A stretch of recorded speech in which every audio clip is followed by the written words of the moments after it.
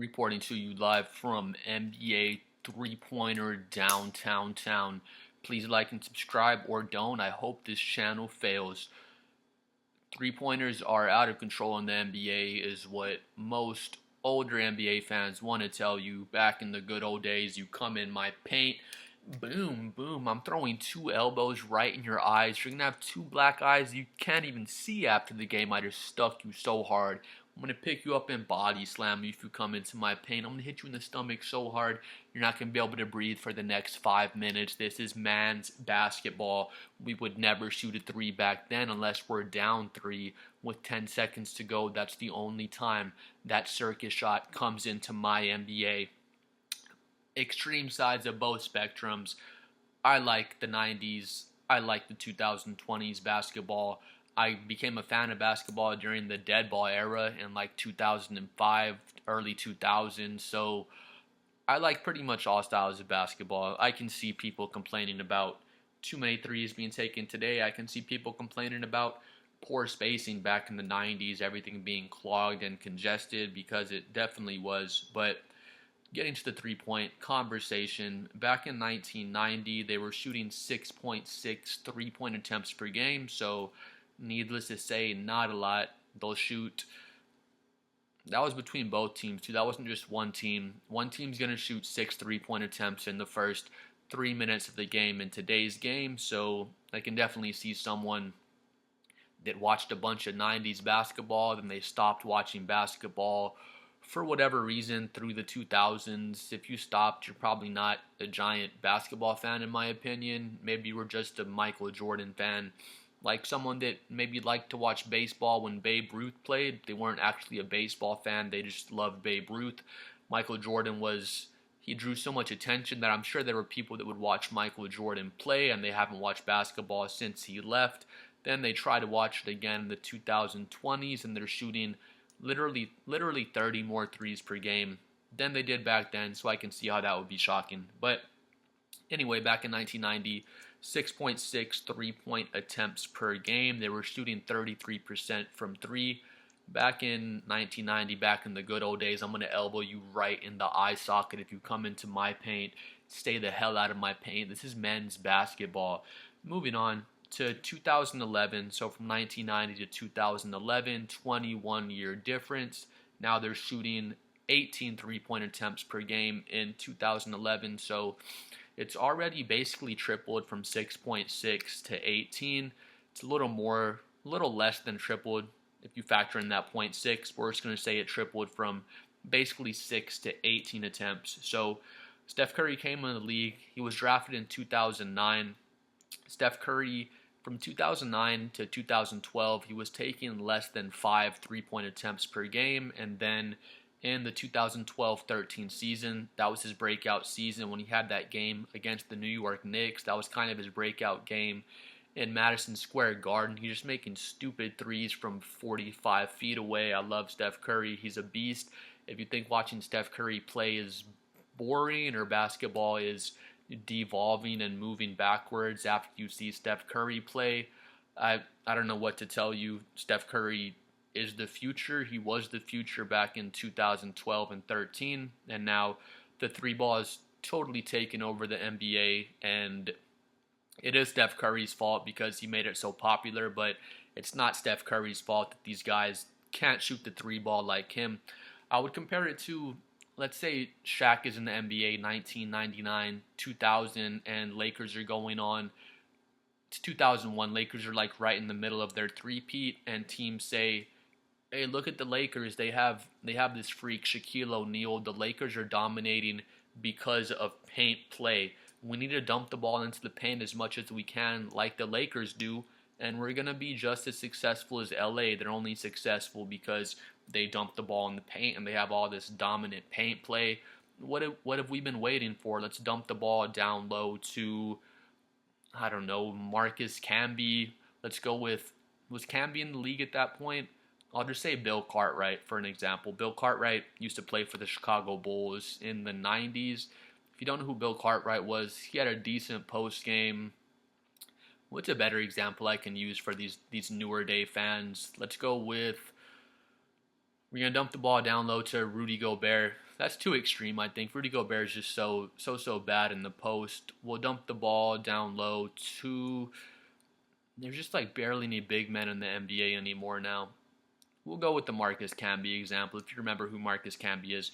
So we're dumping the ball down low to Marcus Camby again and again because the Lakers do that with Shaq. It's just paint touches. If we do the exact same thing as the Lakers, then we'll be just as successful, except we don't have the most dominant big man in the NBA, so all this paint work isn't working for us. Why isn't it working? Because you don't have Shaquille O'Neal.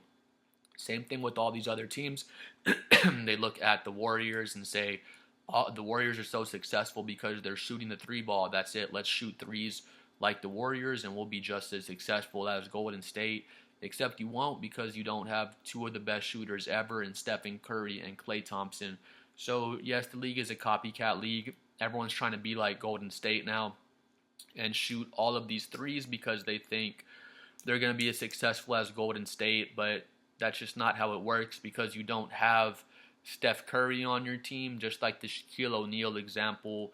It's not paint play. That's not the reason the Lakers were so dominant.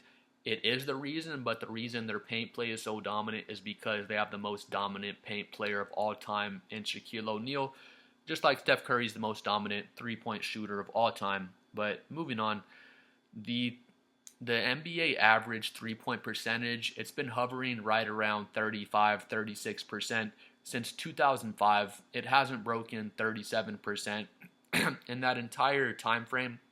So people want to say, shooters are getting better, and the shooters are getting better, but with that being said, the three-point percentage, again, it's hovering right around 35-36% ever since 2005, so you can't so much make the point that percentages are getting better because percentages aren't necessarily up. But keep in mind, though, back in 2011, they're taking 18 three-point attempts per game. You'll be blown away. Just last season, they were taking 37.6 three-point attempts per game. So from 1990, it was 6.6 attempts. Just last season, 37.6. So literally 31 more three-point attempts per game than they were taking back then. And then again, 2011, remember, it was 18 three-point attempts per game in 2011. So just in the last 15 years, it's gone up from 18 to 37. So it's gone up about 20 attempts just in the last 15 years. So that's the three-point shooting explosion that people see. Again, what happened in the last 15 years, Steph Curry came into the league in 2009 when he was drafted. So that 2012-13 season, once Steph Curry started taking 7.7 three-point attempts that season, where remember from 2009 to 2012, he was taking 5 three-point attempts or less. This was in the time when people would say, hey, you can't win a championship being a three-point shooting NBA team. Everybody would say that. That was kind of the stigma of all the teams until Steph Curry and the Warriors won the championship being a three-point shooting team. Now everybody's saying, you can't win the championship without shooting the three. OKC just won last year. They show that that isn't true. So it just always cycles with the NBA. Back in the 90s, you have to have this dominant defense to win the championship, which was kind of true. You did need the dominant defense. In the 80s, it was you have to have this big, dominant big man to win a championship until Jordan came along in the early 90s and dispelled that rumor because people would think, you can't win a championship having your shooting guard, especially a shoot-first guard, being your number one option until Jordan did it. And then, like I was saying, you can't win a championship having a three-point dominant team until Steph Curry did it. So things are always changing. The stigmas are always changing about the NBA, but I would agree with people to some point that there are too many three-point attempts being taken. I don't think the game is devolving because these three-point shots are being taken. Again, like I said, people just see the way Steph Curry played and how dominant Steph Curry is. He's the greatest shooter of all time. The past 7 champions, it's been a different team every single year. It was, Miami, the Lakers, the Nuggets, the Thunder, the Bucks won one. I'm missing somebody. The Raptors won one. My apologies to What's the team I'm missing? I'm missing somebody. I'm sorry for that. Did I name the Celtics? That may have been who I was missing. But bottom line is the past 7 championships, I want to say only the Celtics. They were the only team that was 3-point dominant and won the championship, just shooting a crazy amount of threes. The league average, again, it was 36% for last season. So the Celtics strategy is, hey, we're going to take 45 threes. If we can make 36% of them, that's already 16 made threes, whatever. That's 36, 12, 18, 48 points. I just don't understand the analytics and the math of it, because even if you do make however many threes, say you do make 35% of them, that's not guaranteeing you a win. It's not guaranteeing anything. So I just don't understand all the analytics. It worked for the Celtics, but that's the one example over the past 7 years where being a 3-point heavy team actually won you the championship. The team I missed was the Warriors. The Warriors won in 2020. They did not win by being a 3-point heavy team. They won by being a dominant defense and having a superstar player in Steph Curry. Yeah, Steph Curry is a 3-point dominant player, but the team was not just shooting you out of the building. It was more a defensive-based attack, and that's how they won.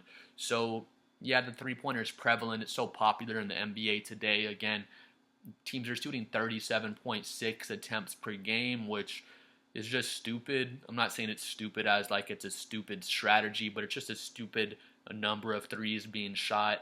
I don't think we'll get to 40 attempts per game, but if we do, that's going to happen in these next couple of seasons. But I think things are just going to start to kind of even out because, like I was saying again, people thought a shoot-first guard couldn't win a championship until Jordan did it, and then Kobe did it, and then, a three-point shooting team can't win the championship until the Warriors did it. Again, it's a copycat league. Everyone's trying to copy the Warriors. But like I said, the past 7 years, only one three-point dominant team won the championship. That was the Celtics. I see this. We all see this. These three-point heavy teams, they're not winning titles. And if I can see it, if you can see it, I imagine these NBA GMs and NBA players and coaches, they know way more about basketball than us. I imagine they can see that as well and say, hey, maybe shooting 1,000,000 threes per game isn't the way to win the championship. Maybe we should take the OKC example and just try to play dominant defense and then hopefully get a superstar style player. Not everyone can get SGA, but hopefully you can get one of those very good players to put alongside your versatile defense and then win a championship with the dominant defense, because that's never changed. The formula for winning has always been a very high level, usually top 5 defense, plus having a superstar on your team, whether the superstar is Steph Curry shooting a bunch of threes or it's Tim Duncan, Kobe, Michael Jordan, whoever it was. One thing all those teams have in common is they had a dominant defense. Same thing with the Celtics. Same thing when the Warriors won in 2022. The only team I can make the exception for is just the Nuggets when the Nuggets won, but they have a god player, Nikola Jokic. So, if you have an all-time, probably top 10 all-time player when it's all said and done, you can kind of get around the defense if you have one of those guys. But back to the point, though, I do think there's probably too many threes being shot in today's NBA. I think it's going to balance back out. I don't see it just going up and up and up and never stopping. My example would be the dead ball era. Scoring was going down and down and down. There was a season where teams averaged 90 points per game, and then, water found its level, scoring went back up, and the NBA didn't die. People were thinking, teams are going to be scoring 85 points a game before you know it, but that didn't happen. Things kind of find a way to balance themselves out, and I feel like this 3-point heavy era we're in right now is going to find its way to balance itself out. And like I said a minute ago, I feel like teams are starting to see that shooting a ton of threes isn't the way to win a championship. Only one of the last 7 champions, again, that Celtics team, that was the only team to win a championship shooting just this crazy amount of threes. So I think teams are starting to see that, just like we're starting to see it, and we'll see if the three balls start coming down or just see if the NBA play style changes. And this is not me saying I don't still love to watch the game, because I still love to watch the game. I love to watch games from the 90s, early 2000s. I just love basketball. So It's still fun to watch. Every team still has a different play style, even though they're trying to get a three at the end of the possession. It's just lazy analysis to say all the teams play exactly the same, because that's just not true. But please like and subscribe. Comment below what you think about the three-point heavy era. If you think it's because of Steph Curry, I think he is the one that kind of pushed us into this era. But again, these teams trying to copy Steph Curry and the Warriors, you don't have the greatest shooter of all time. So it's just not going to work out the same for you. But thank you again. We'll see y'all next time.